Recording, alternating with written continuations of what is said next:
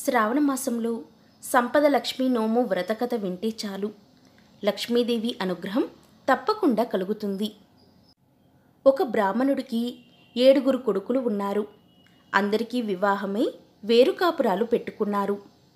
చివరి కుమారుడు మాత్రం ఏ వృత్తిలోనూ కుదరకపోవడం వలన ఏవో చిన్న చిన్న పనులు చేసుకుంటూ కటిక దరిద్రంతో కాపురాన్ని ఈడ్చుకుంటూ జీవిస్తున్నాడు. ఒక శుక్రవారం ఉదయమే శుక్రవార మహాలక్ష్మి ఆ బ్రాహ్మణ కుమారుల ఇళ్లకు వచ్చింది.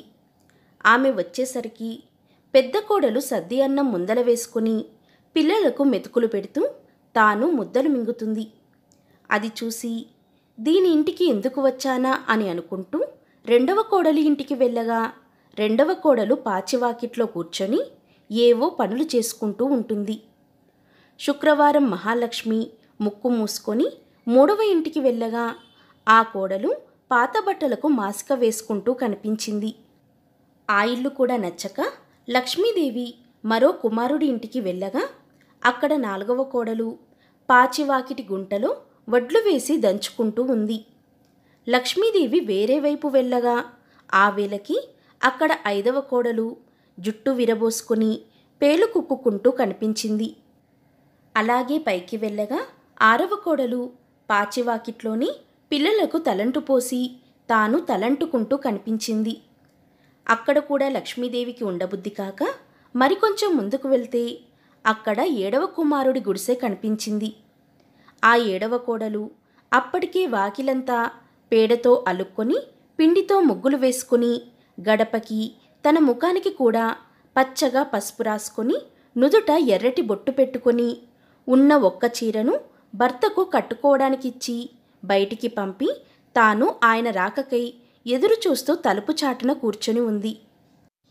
ఆహా, ఇక్కడ చక్కగా చల్లగా సుఖంగా శుభ్రంగా ఉంది, నేనిక్కడే సేద తీరుతాను అని అనుకొని లక్ష్మీదేవి అరుగు మీద కూర్చొని ఇంట్లో ఉన్నవారు ఎవరో బయటికి రండి అని పిలిచింది. తలుపు చాటున కూర్చొని ఉన్న 7వ కోడలు ఇలా చెప్పింది. అమ్మా, మా ఇంట్లో కట్టుబట్ట ఒకటే ఉంది, దానిని మా ఆయన కట్టుకొని బయట పనికి వెళ్ళాడు. ఆయన వచ్చే వరకు నేను బయటికి రాలేను అని చెప్పింది. ఆ మాట విని లక్ష్మీదేవి ఆమెకు ఒక చీరను లోపలికి అందించి అది కట్టుకొని బయటికి రమ్మంది. ఆ పిల్ల చీర కట్టుకొని రాగా లక్ష్మీదేవి ఇలా చెప్పింది.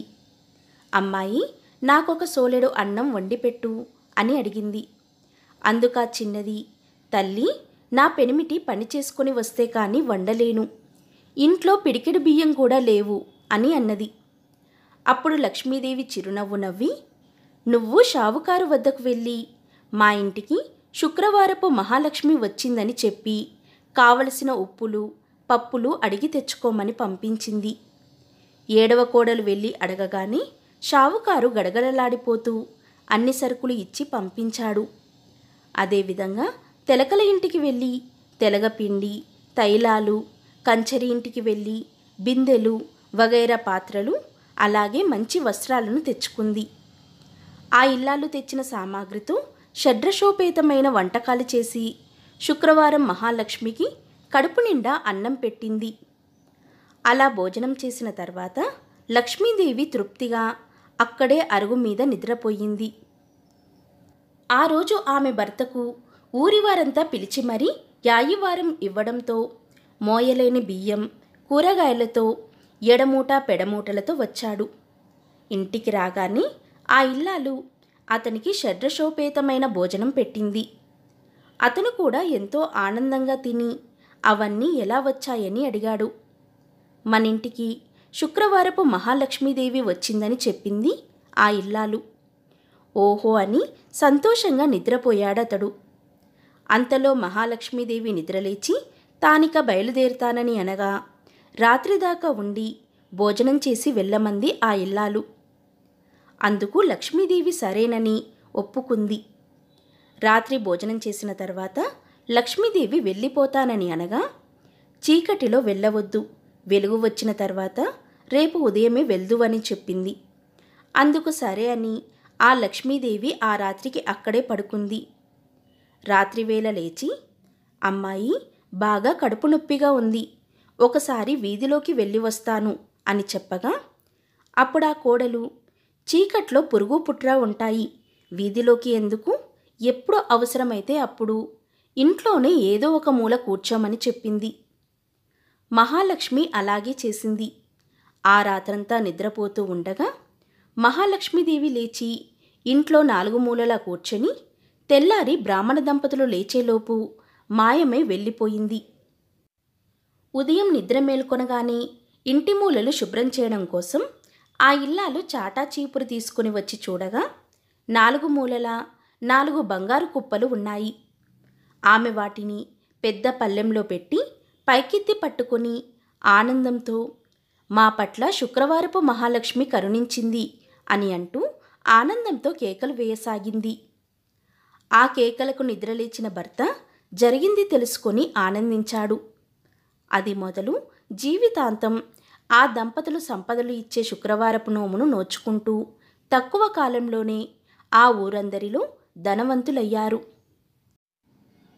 శ్రావణ మాసంలో ఒక్కసారైనా ఈ స్తోత్రాన్ని జపిస్తే చాలు, సకల శుభాలు కలిగేలా లక్ష్మీదేవి దీవిస్తుంది.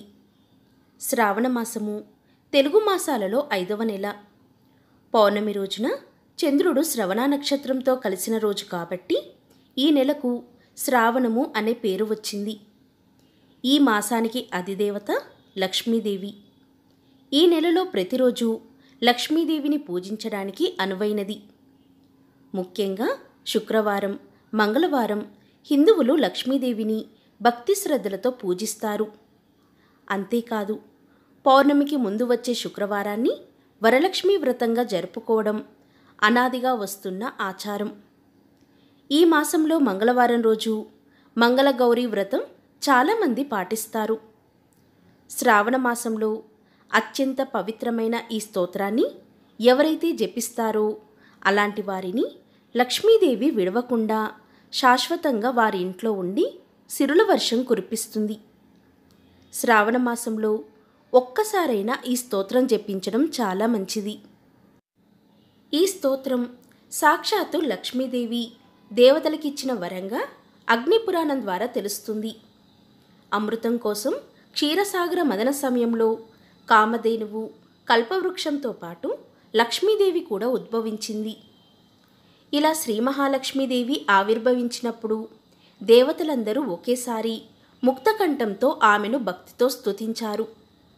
ఇలా దేవతలందరూ తనను భక్తితో స్తుతించడం వల్ల సంతోషించిన శ్రీ మహాలక్ష్మీదేవి దేవతలందరినీ ఒక వరం కోరుకోమంటుంది. అదే సమయంలో ఇంద్రుడు దేవతలందరి తరపున ఇలా వరం ప్రసాదించమని అడుగుతాడు. అమ్మా, మేము ఏ స్తోత్రంతో స్తుతించామో ఆ స్తోత్రాన్ని ఎవరు పఠించినా నువ్వు వారిని విడవకుండా శాశ్వతంగా వారిపై నీ దయను, కరుణను కురిపించి వారి కష్టాలన్నిటినీ తీర్చాలి తల్లి అని అంటాడు. అందుకు శ్రీ మహాలక్ష్మీదేవి సంతోషంగా తదాస్తు అంటుంది. ఆ స్తోత్రం ఏంటంటే, నమస్తే సర్వలోకానాం జననీమబ్ది సంభవాం శ్రియమునిద్ర పద్మాక్షీం విష్ణు వక్షస్థల స్థితాం. లక్ష్మీదేవికి ఎంతో ఇష్టమైన ఈ శ్రావణ మాసంలో ఈ స్తోత్రాన్ని ఒక్కసారైనా జపిస్తే చాలు, వారికి అక్షయంగా సిరి సంపదలు కురిపించేలా, భోగభాగ్యాలు కలిగేలా శ్రీ మహాలక్ష్మీదేవి దీవిస్తుంది. లక్ష్మీదేవి యొక్క శాశ్వత కరుణ కలగాలి అంటే ఇది ఒక్కటే మార్గమని మన పురాణాలు చెబుతున్నాయి. ఈ మంత్రాన్ని చదవడం రానివారు కనీసం చదివే సమయంలో వినడం వల్ల కూడా అంతటి శక్తి వస్తుంది. అత్యంత పవిత్ర మాసంగా భావించే శ్రావణ మాసంలో పొరపాటున కూడా ఈ పనులు చేయకండి. చేయకూడని ఆ పనులేంటో ఇప్పుడు మనం తెలుసుకుందాం. శ్రావణ మాసాన్ని హిందువుల మాసంగా భావిస్తారు. ఈ మాసంలో లక్ష్మీదేవి అనుగ్రహం కోసం మంగళవారం, గురువారం, శుక్రవారం భక్తి శ్రద్ధలతో ఆరాధిస్తారు. లక్ష్మీదేవి అనుగ్రహం ఎవరిపై ఉంటుందో వారిని ఉన్నత స్థితిలో ఉంచుతుంది. లక్ష్మీదేవి అనుగ్రహం లేనివారు ఆర్థిక ఇబ్బందులను ఎదుర్కొంటారు. ఎంత కష్టపడినా ధనం నిలవదు. చేతిలోకి డబ్బు వచ్చినట్లే వచ్చిపోతుంది. అప్పులతో తీవ్ర మనస్తాపానికి గురవుతారు. అందుకే లక్ష్మీదేవికి ఇష్టమైన శ్రావణ మాసంలో అమ్మవారికి పూజలు చేసి అనుగ్రహాన్ని పొందుతారు. లక్ష్మీదేవికి ఇష్టమైన శ్రావణ మాసంలో మనం చేసే కొన్ని తప్పుల వల్ల లక్ష్మీదేవి మన ఇంట్లో నుండి బయటికి వెళ్ళిపోతుంది. కాబట్టి ఇలాంటి పనులు అస్సలు చేయకూడదు. మరి అవేంటో ఇప్పుడు మనం తెలుసుకుందాం. శ్రావణ మాసంలో ఇంటి ప్రధాన గడపపై కూర్చోవడం, కాలు పెట్టడం చేయకూడదు. ఇంటి గడపను లక్ష్మీదేవిగా భావించి పూజించాలి. గడప అంటేనే లక్ష్మీదేవి. కాబట్టి లక్ష్మీదేవికి ఇష్టమైన పసుపును గడపకు రాసి కుంకుమ బొట్లను పెట్టాలి. అలాగే చీపురును కాలితో తన్నకూడదు. ఇంట్లో రోలుపై కూర్చోవడం, తొక్కడం, తన్నడం చేయకూడదు. ఇలా చేయడం దరిద్రం. బయటికి వెళ్ళి వచ్చాక కాళ్ళు కడుక్కొని ఇంట్లోకి రావాలి. ఎందుకంటే ఎక్కడ శుభ్రంగా ఉంటుందో అక్కడ లక్ష్మీదేవి నివసిస్తుంది. శ్రావణ సోమవారం, మంగళవారం, శుక్రవారాలలో లక్ష్మీదేవికి దీపం వెలిగించాలి. దీపం వెలిగించకుండా ఉండకూడదు. ముఖ్యంగా శుక్రవారం రోజు సాయంత్రం 5:45 నుండి 6:15 మధ్య వెలిగించే దీపాన్ని జ్యోతిలక్ష్మి అని పిలుస్తారు. ఈ సమయంలో ఎవరింట్లో అయితే దీపం వెలుగుతుందో అలాంటి ఇంటిని లక్ష్మీదేవి అనుగ్రహించి సకల సంపదలను కలిగించి ఐశ్వర్యవంతుల్ని చేస్తుంది. అదేవిధంగా సాయంత్రం సూర్యుడు అస్తమించే సమయంలో ఎవరూ కూడా తల దువ్వుకోవడం చేయకూడదు. ఎందుకంటే సూర్యుడు అస్తమించే సమయంలో అద్దాన్ని చూడకూడదు. శ్రావణ మాసంలోనే కాక ఎప్పుడైనా ఆడవారిని బాధ పెట్టకూడదు. ఏ ఇంట్లో ఆడవాళ్ళు బాధపడుతూ ఉంటారో ఆ ఇంట్లో దరిద్రం తాండవిస్తుంది. ఏ ఇంట్లో అయితే ఆడవాళ్ళు నవ్వుతూ ఉంటారో అలాంటి ఇంట్లో లక్ష్మీదేవి కొలువై ఉంటుంది. ఆడవారిలో లక్ష్మీ కళ ఉంటుందని పెద్దవాళ్ళు చెబుతారు. అందుకే స్త్రీలు ఎక్కడ ఉంటే అక్కడ లక్ష్మీదేవి కొలువై ఉంటుంది. శ్రావణ మాసంలో ఉదయం 6 గంటల లోపే ముగ్గును వేసి ఇంట్లోకి లక్ష్మీదేవిని ఆహ్వానించాలి. ఇంటిని ఎల్లప్పుడూ శుభ్రంగా ఉంచుకోవాలి. శ్రావణ మాసంలో మాంసాహారం భుజించకూడదు. ఉప్పును కూడా శ్రావణ మాసంలో ఎవరికీ ఇవ్వకూడదు. శ్రావణ మాసంలో ఆడవాళ్ళు నెలసరి ఉంటే ఆ ఇంట్లోని మిగిలిన వారు దేవాలయాలకు వెళ్ళకూడదు. శ్రావణ మాసంలో వచ్చే మంగళవారాలలో, శుక్రవారాలలో డబ్బుని అప్పుగా ఇవ్వడం కానీ అప్పు తీసుకోవడం కానీ చేయకూడదు. ఇలాంటి పనులు జ్యేష్ఠాదేవిని ఇంట్లోకి ఆహ్వానించినట్లు అవుతుంది. ఇంటికి దరిద్రం పడుతుంది. శ్రావణ మాసంలో మాంసాహారం తినకుండా లక్ష్మీదేవికి ప్రతిరోజు పూజ చేయాలి. అంతేకాదు ఇంట్లోని వారు మద్యపానం చేయకుండా ఉండాలి. అలాగే మంగళవారం, శుక్రవారాలలో నల్లటి రంగు బట్టలను ధరించకుండా ఉండాలి. అంతేకాదు శ్రావణ మాసంలో మంగళ శుక్రవారాలలో గోళ్ళు కత్తిరించుకోవడం, జుట్టు కత్తిరించుకోవడం, గడ్డం చేసుకోవడం అస్సలు చేయకూడదు. దీపజ్యోతిని పరబ్రహ్మ స్వరూపంగా మనోవికాసానికి, ఆనందానికి, నవ్వులకు, సద్గుణ సంపత్తికి నిదర్శనంగా భావించి దీపారాధన చెయ్యాలి. దీపం వెలిగించే చోట లక్ష్మీదేవి కొలువై ఉంటుంది. అలాంటి ఇంటిని దైవిక శక్తులు ఎల్లవేళలా కాపాడుతాయని మన పురాణాలు చెబుతున్నాయి.